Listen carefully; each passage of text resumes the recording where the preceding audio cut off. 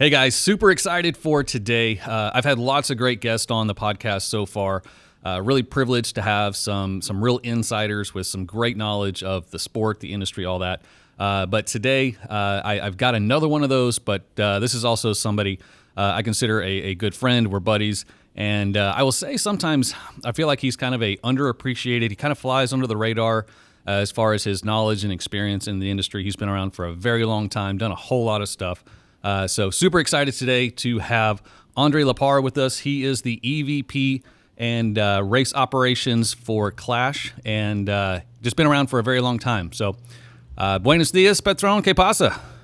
Yeah, ¿qué pasa, papi? Hey, always good together with John. We've known each other for years now. We're cut of the same thread. We're the same age. We're both husbands and fathers, and passionate triathletes. So we've always got good stuff to chat about, whether it's tacos and tequila, or triathlon, or world events, or what have you. It's always a good time. So, John, thanks for having me. Yeah, and this is something we've been talking about for months. So glad it finally came together. And a little bit of Spanish there, that'll make sense a little bit later down the road. But Andre's a busy fellow, so we're going to just jump right into it. I know a little bit of this, but I'm also interested to learn a little bit more. Andre, take us back. So you're now kind of at the top of the triathlon world. Take us back to before all of this. I think you started triathlon in college. Is that right? Kind of walk us through what got you to where you are today.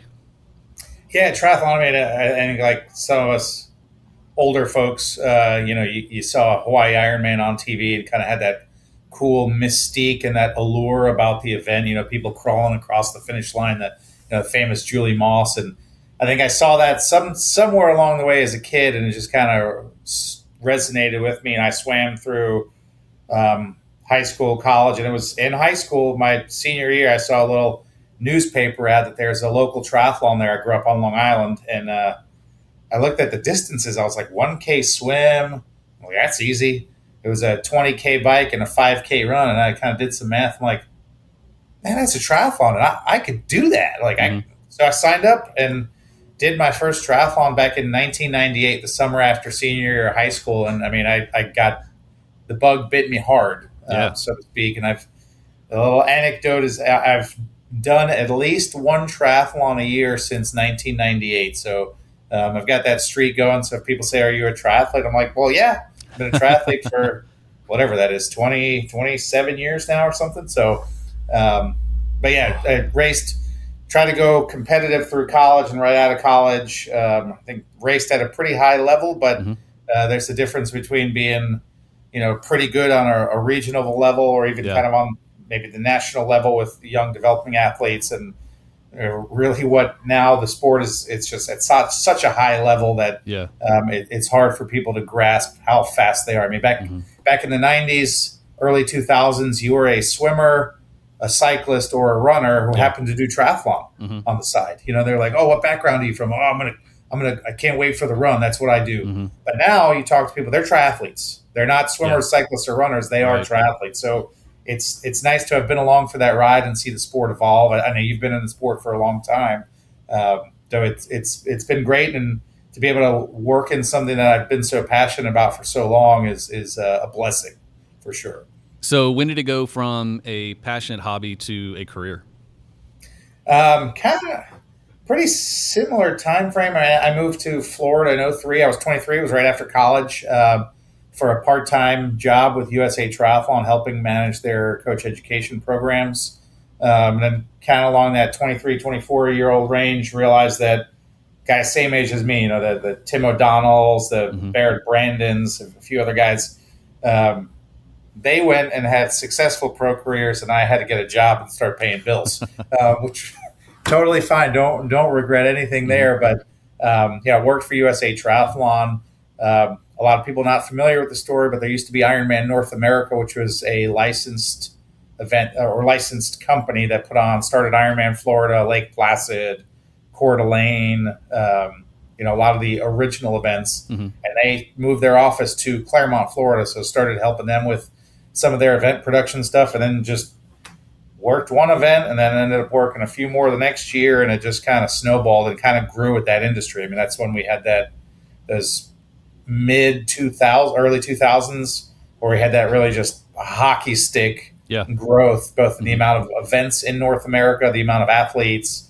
And it was just a really magical time to be involved in the sport. And I was lucky to kind of be in the right place at the right time and learn from some really good people. And even on the event production side, it's come so far with, efficiencies and how well events are run now compared to the way they were 20 some years ago. Yeah.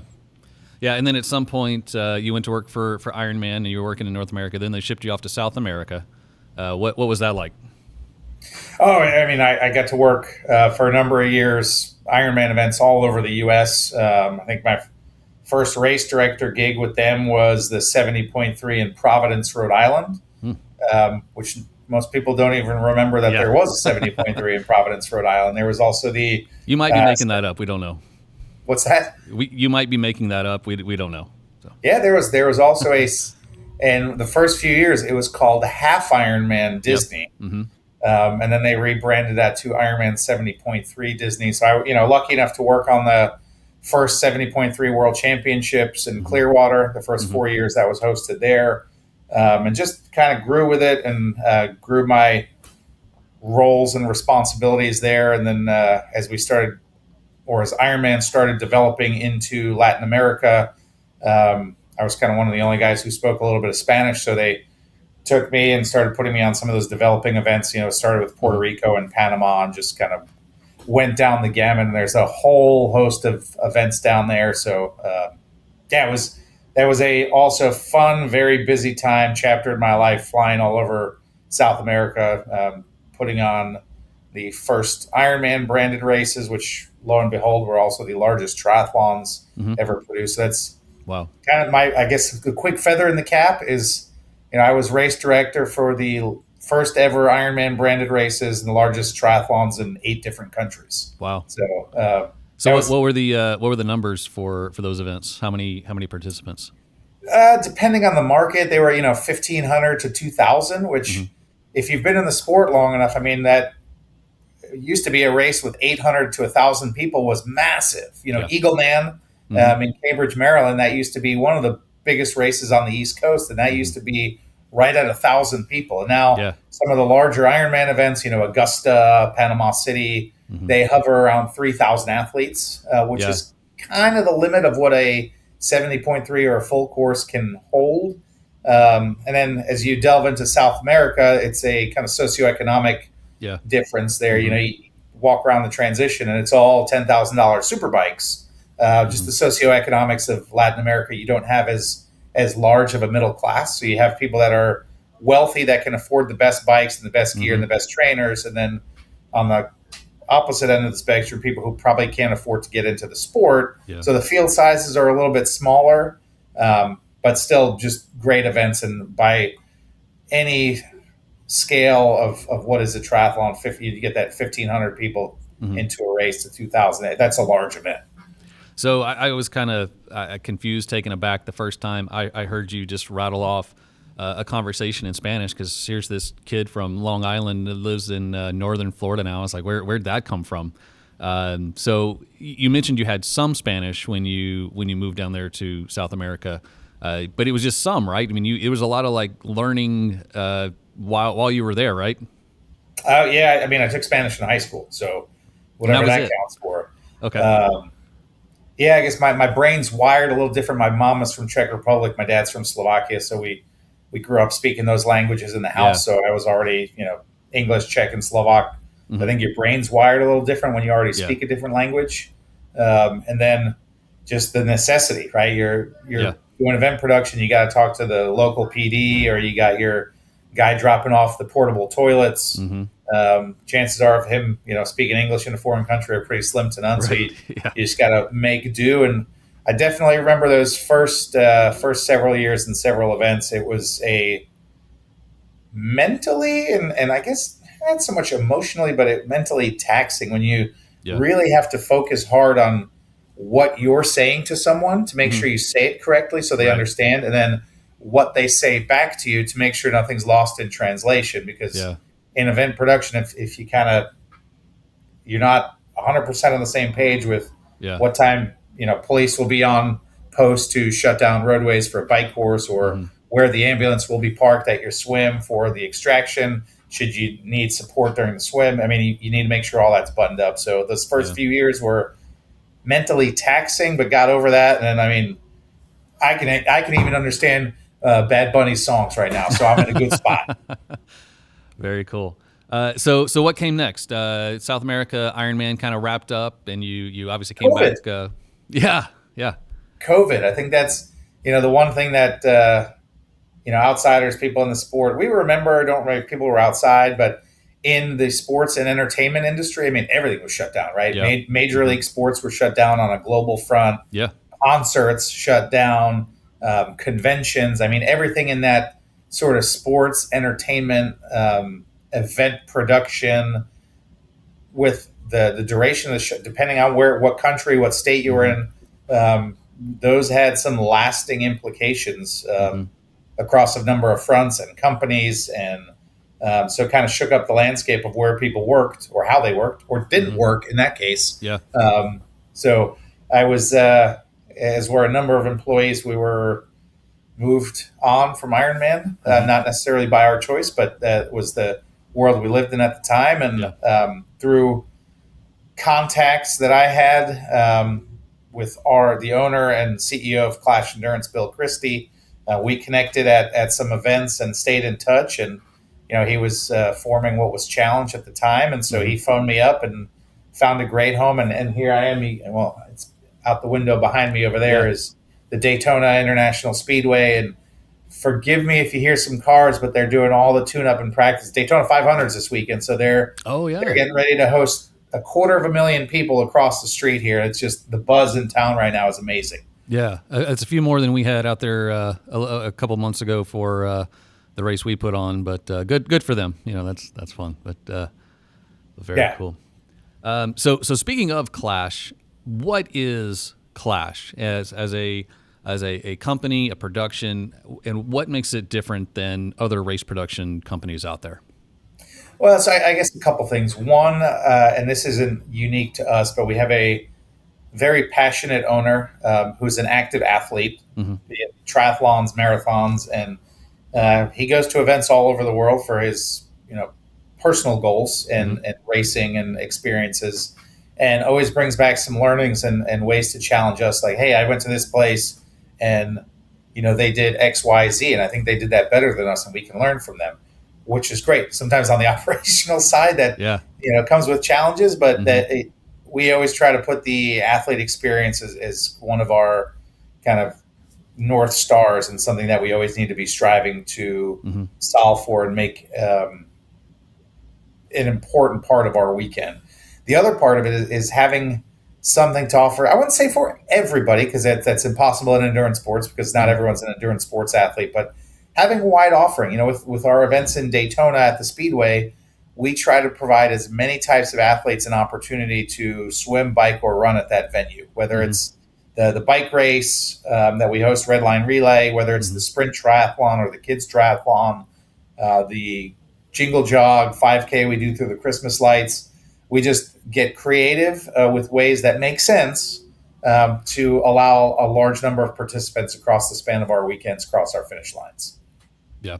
And I think that's one of the things that initially drew me. And in fact, speaking of 2020, that was the first time that I raced with Clash. And really that was the only game in town. It was kind of like this rumor that, hey, there's going to be a race and it's in Florida, so it might actually happen. It's probably going to happen. And it did, and that was a great thing. And that was my first interaction. And at the time, it was still Challenge Daytona. And yeah, it lived up to the hype of that athlete experience. And yeah, different than the other long course event production. Had that smaller feel with a lot of just different things that were offered. So that was cool. Tell us about, in addition to all these offerings for age groupers and even just family and all that, there's been a long line and a lot of events from the upper echelon. So professional races, Olympic qualifiers, PTO, collegiate nationals, all these. So how does that kind of intertwine into the Clash experience? Well, that's part of it. Trying to support the sport as a whole. I mean, we're passionate about what we do. Obviously, passionate about the sport. I guess the onus for where that came about was, Bill. They hosted pro races here in 2018 and 2019. They actually did one of those races was the race under the lights. We had a lot of the big names. Lyle Sanders was here, Sam Long, Sarah Haskins, and they flipped on the stadium lights in Daytona, and they raced on the track at nighttime, which was still one of the coolest things ever done in the sport. Yeah.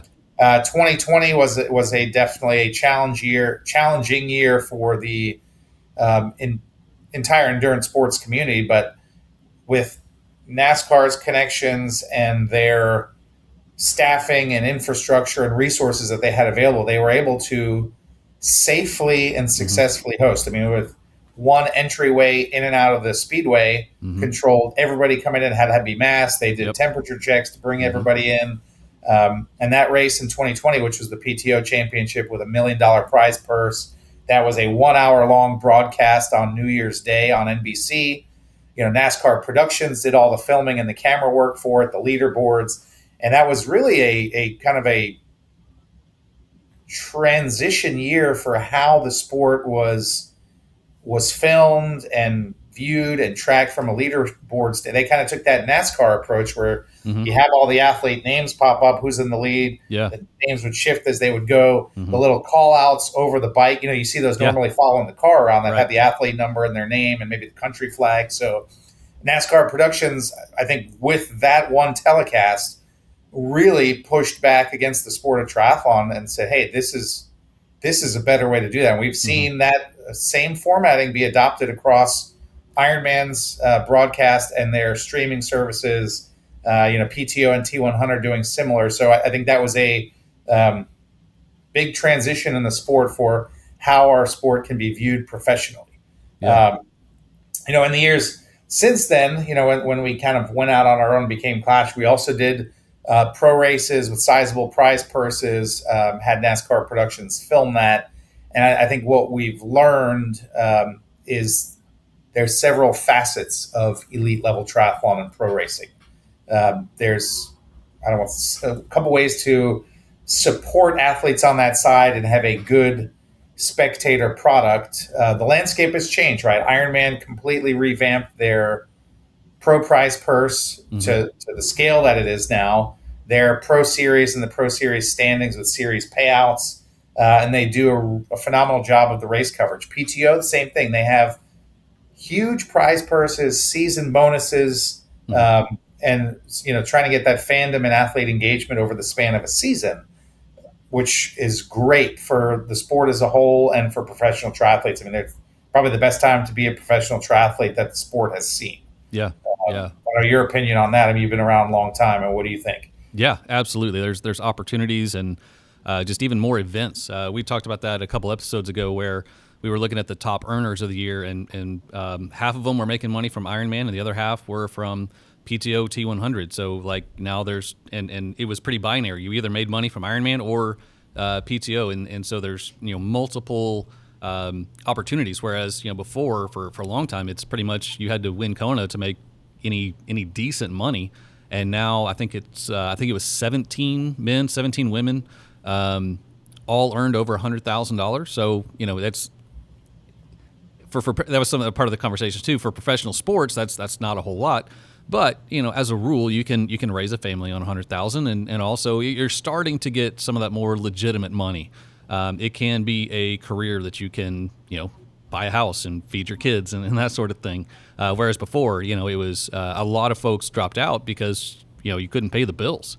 Because if you weren't winning a few select races, then there was no money in it. So yeah, I think that definitely has been a shift, and obviously you guys have been a part of that, both in because that was part of the conversation as well. Is you got to get the money from somewhere, and you look at other sports and it's all in advertising and that sort of thing, and so you have to have a product like those productions to raise those advertising dollars that you can then pass on to the athlete. So it's really been cool to see that all across the board with all of those. No, it's been fascinating, and it's good to see for the sport. It gets more eyes on it, gets more people involved. I think Yeah. people who may be the historic swimmers or runners or cyclists realize that triathlon can be a valuable or a viable professional pursuit as well. So I Yeah. think that will just continue to elevate the level Hmm. that we see the sport at now, which is, I mean, it's unbelievable. People, the swim times they're putting in, the wattage they're dropping on the bike, and then Yeah. coming off, and just the paces that they're running these days, it's just Hmm. mind boggling what they're doing. So Yeah. great to see. But on those developments on the longer front, we're a small company. We're not going to outspend PTO or Hmm. Ironman, and that's, say, a tough pill to swallow, but it's understandable. So, how could we be impactful? And we realize that, the United States, we're the largest triathlon market in the world. Hmm.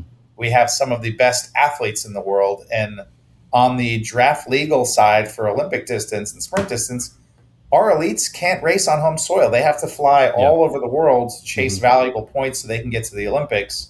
And so we said, let's work with USA Triathlon. Let's find a way that we can give them the opportunity to race on home soil. Hmm. And that's what we've done now the last few years, and doing that forging forward into we're in 2026 right now, but kind of what we've done, and found a little bit of our niche where we can still support elites and pro Hmm. triathlon, to really, give us that little bit of the media exposure that comes with it, giving our age group athletes something to aspire to when they see those elites racing on the same weekend as they are, Hmm.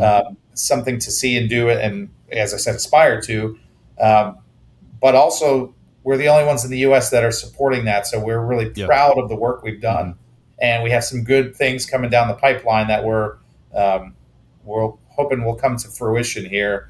And just stay tuned. Yeah, that's great. So I mentioned I raced with Challenge and then Clash, and then last several years I've been having the opportunity and privilege to work with these, and I will say it's been a fantastic organization to be part of. It's a ton of fun. These race weeks are some of my favorite weeks of the year, and I would say a part of that, and I know you'll echo this, kind of reminds me of back in the day the Houston Astros had the Killer Bees. It was all these guys whose names would be, I don't even remember all, it was Biggio and Beltran, and I guess it was a long time ago. But I say Clash has, I don't know if Killer is the right one, but you got your C's.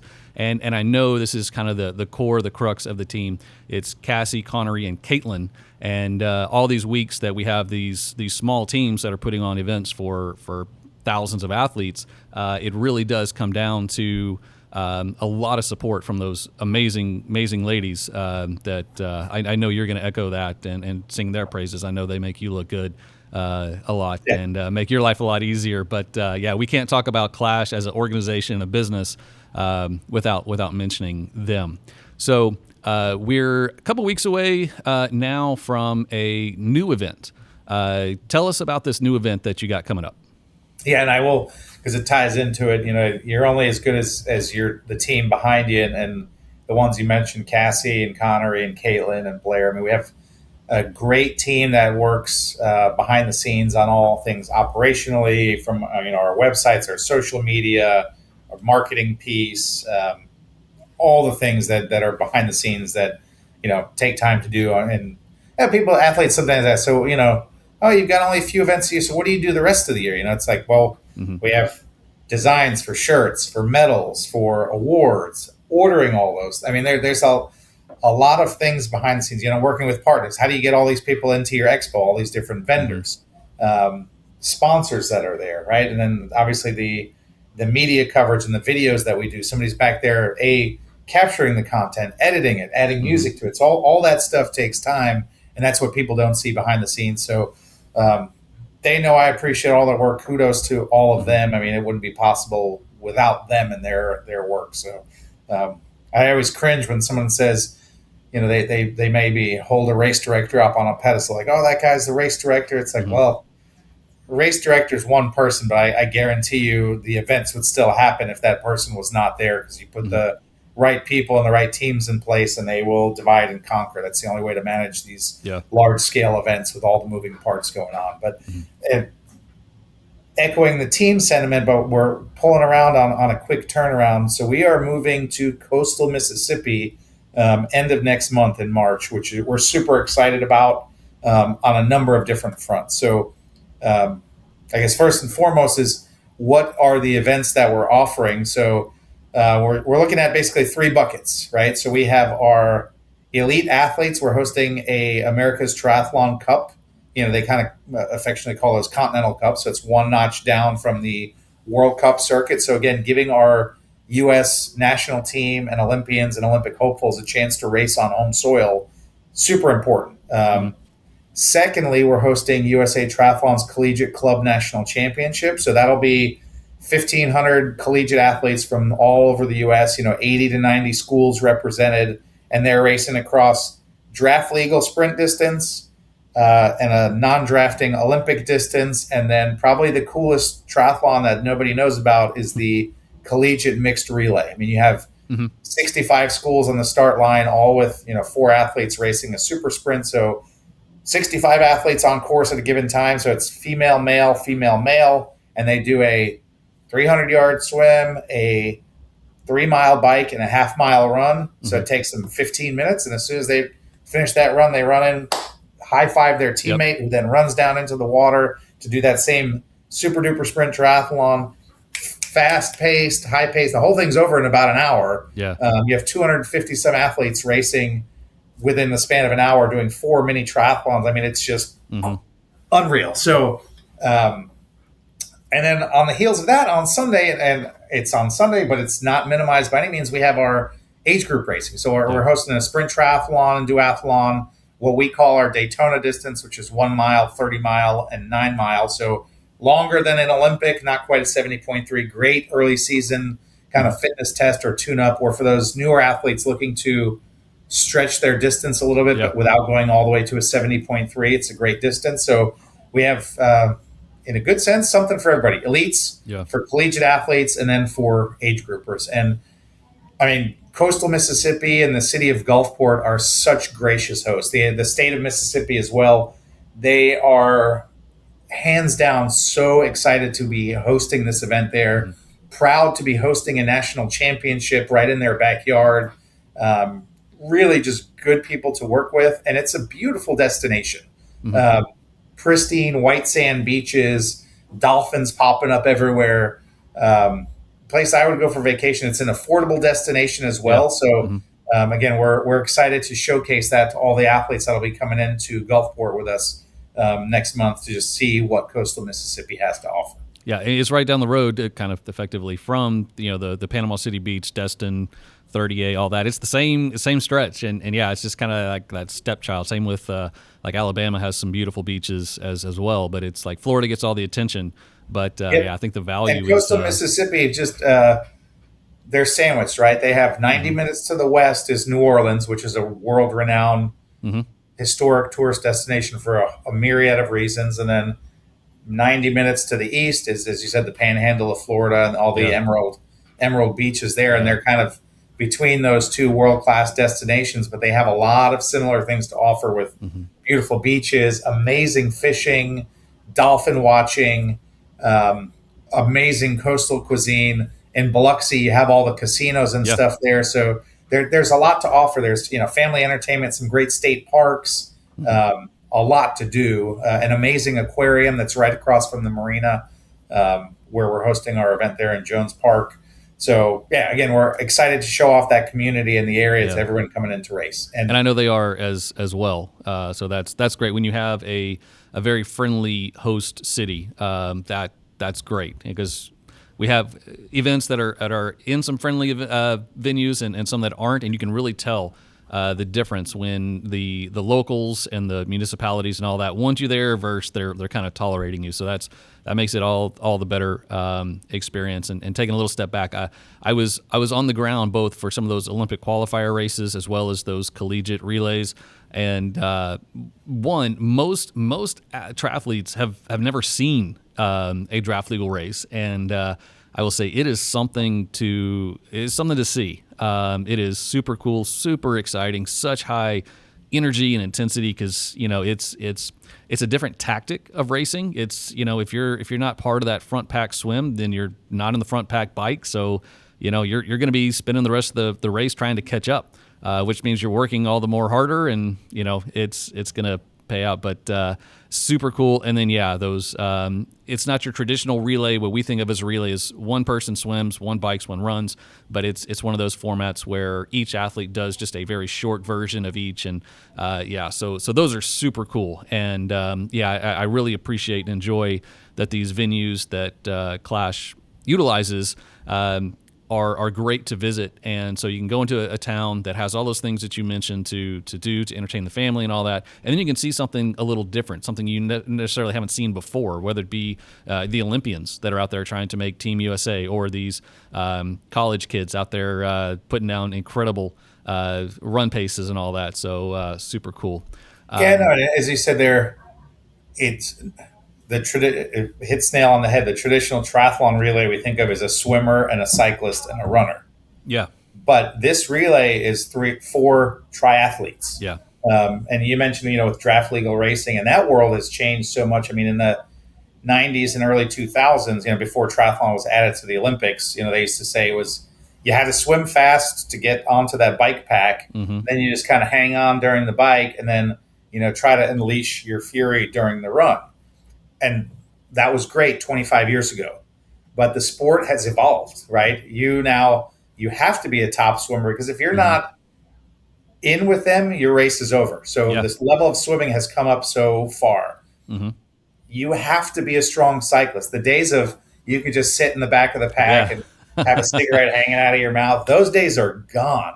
Because it's not just 1 or 2 of these uber cyclists that'll launch an attack. Mm-hmm. You'll have 15 or 20 guys that can lay the hammer down, and they do. A whole peloton of them. Yeah. A whole peloton. And I mean, they are riding furiously. And so you have to be a strong cyclist as well. And then you have to be able to get off and run strong after that. It's just, as I said, that triathlon has evolved from swim, bike, run to triathlete. Yeah. And it's great to see. And you see it on the college front, and it's just it's nice. We're in a new era of our sport, and I just love seeing it. Yeah. Super cool. So late last year, you guys also launched another event. It was a little different than the traditional triathlons that Clash has been putting on. Gravel event in Old Florida. Tell us a little about that. Yeah, so we been gravel, and just not riding out in traffic on public roads is a nice thing. I think any cyclist would tell you they find low traffic roads to ride and train on. Right, that's normal part of being a cyclist. Where gravel comes in, those who are not familiar with it, it's basically riding dirt roads, right? Some people are scared of mountain biking because, I'm going to flip over the handlebars. I'm going to, knock my teeth out on a rock or hit a log. And it's intimidating for some people, and that's totally understandable. It's you don't have to worry about cars and stuff, but you have to worry about the natural obstacles that you may come across on the trail. Mm-hmm. And so where gravel cycling comes in is there's so many dirt roads all over the U.S. I think most people who live in the suburbs or somewhere close to urban areas say, oh yeah, I know there's a dirt road down there that connects here and there. So it's connecting one dirt road to maybe a section of a paved road or a long dirt loop, maybe some section of trail, but it's staying away from cars and staying away from trails that would be considered, hazardous if you don't know how to navigate or handle a bike.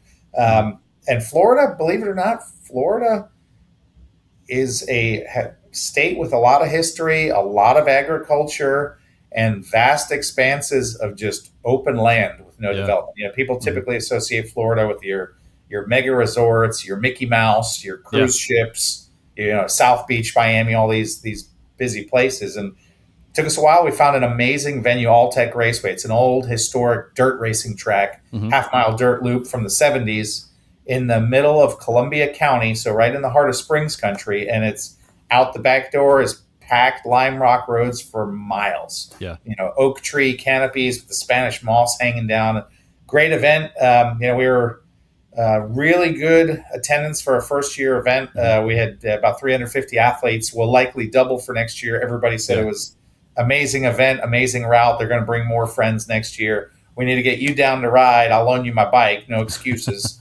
But that's just another way for us to involve some resources we have. It's an hour and a half from our offices and from our warehouse, so it's a easier event to produce than a triathlon, less resources Yeah. needed, but still a great event, and we can really throw all of our bells and whistles at it and make people feel like they're getting their money's worth to go ride some dirt roads in beautiful countryside. Yeah.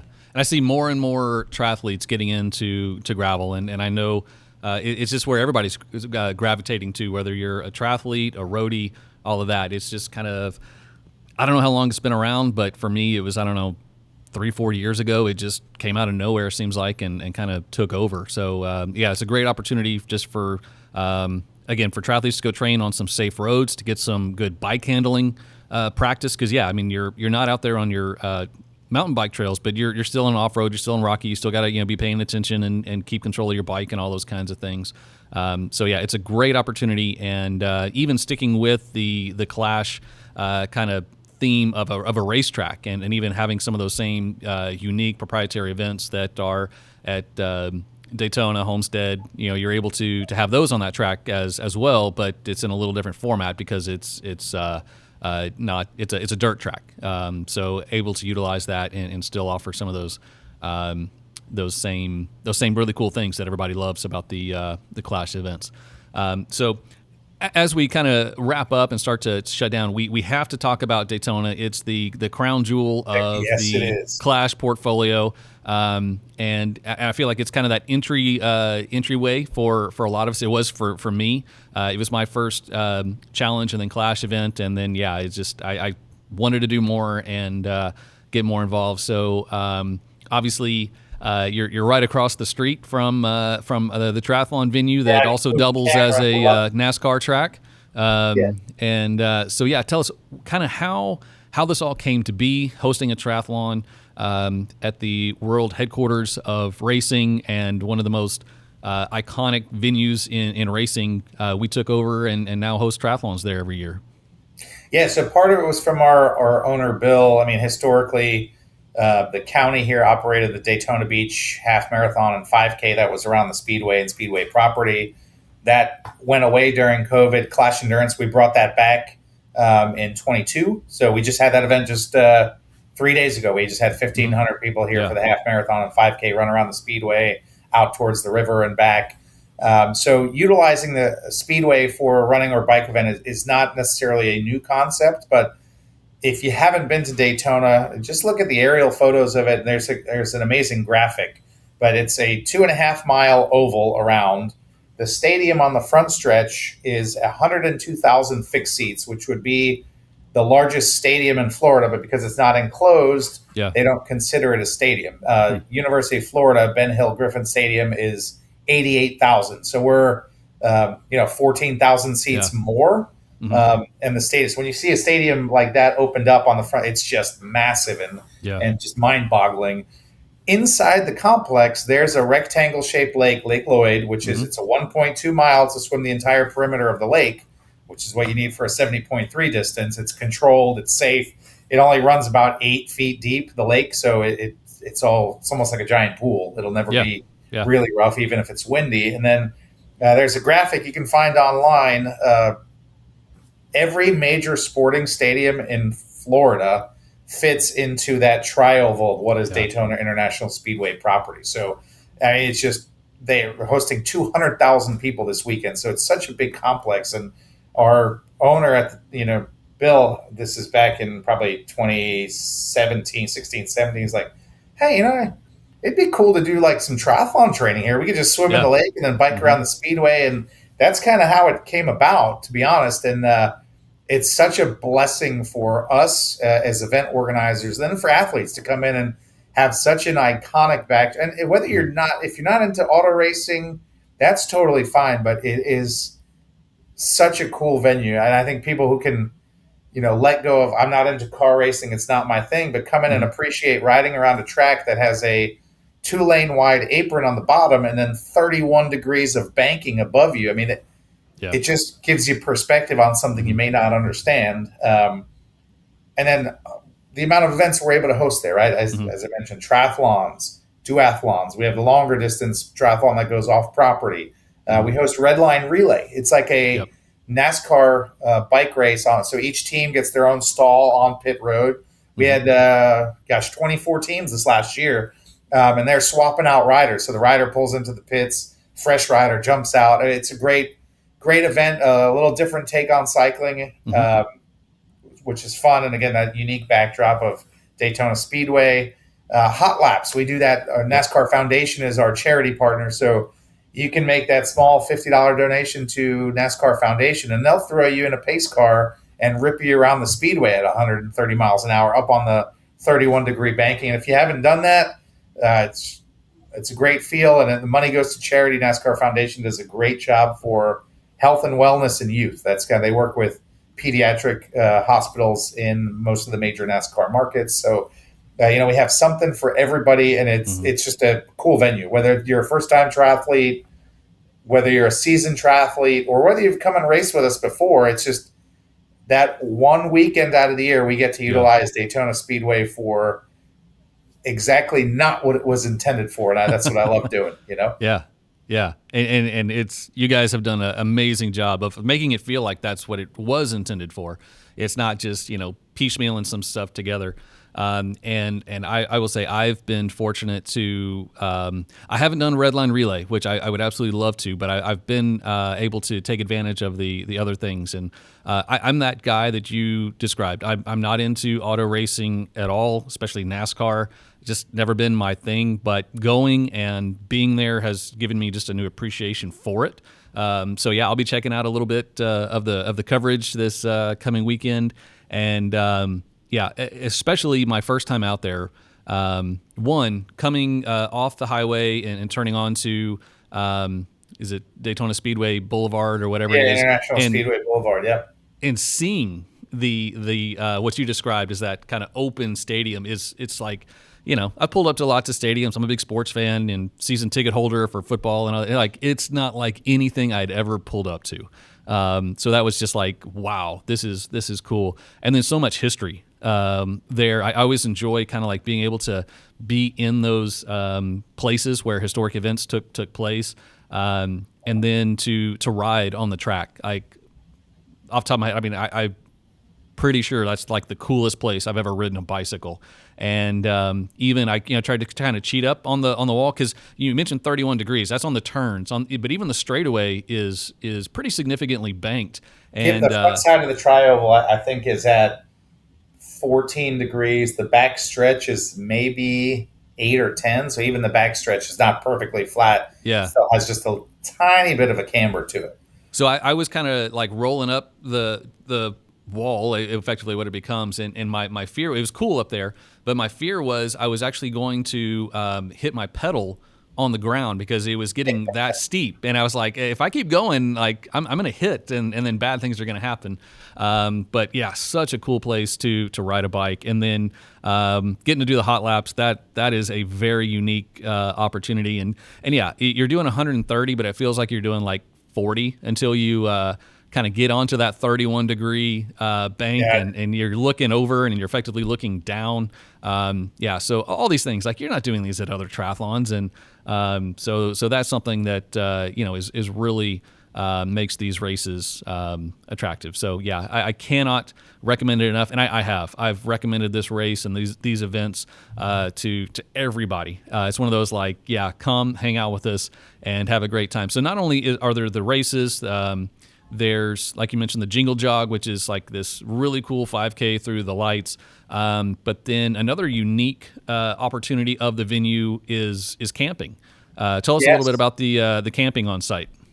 Well, so that's something that's been historically baked into NASCAR culture. Is early days, a lot of these speedways were built outside of city centers, right? Out in kind of rural areas where land was cheap, because speedways are a couple miles long, right? It's not, it's just buying a small parcel of land. It's a sizable parcel of land to build a speedway. And then you need parking. When you bring in 50 to 100,000 people for a race, you need parking. And so because they were outside of kind of city centers, more rural areas, they're like, hey, RV camping. People can stay here on site, and it's part of the culture, right? People are used to, they get there early. There's been people camping in since last week, and people have been in there for Yeah. 10 days already, camping out Wow. for this weekend's 500. And so the facilities are built in, right? The water hookups, electric hookups, and all that. And so when we're at NASCAR speedways, we always open up camping as an option because can be a more economical form of lodging for some folks. The communal form, like, we normally have about 100, 110 RVs that stay in Daytona for the event. But, you and some of your buddies from your tri club are back home, get 2, 3, 4 RVs side by side, have a bonfire the night before the race or grill out afterward. Great, like, communal camaraderie. And then it takes a lot of the rub away from endurance sports, right? You don't have to worry about parking race morning. Yeah. You don't have to worry about waiting in line for porta potties because you're there at the RV.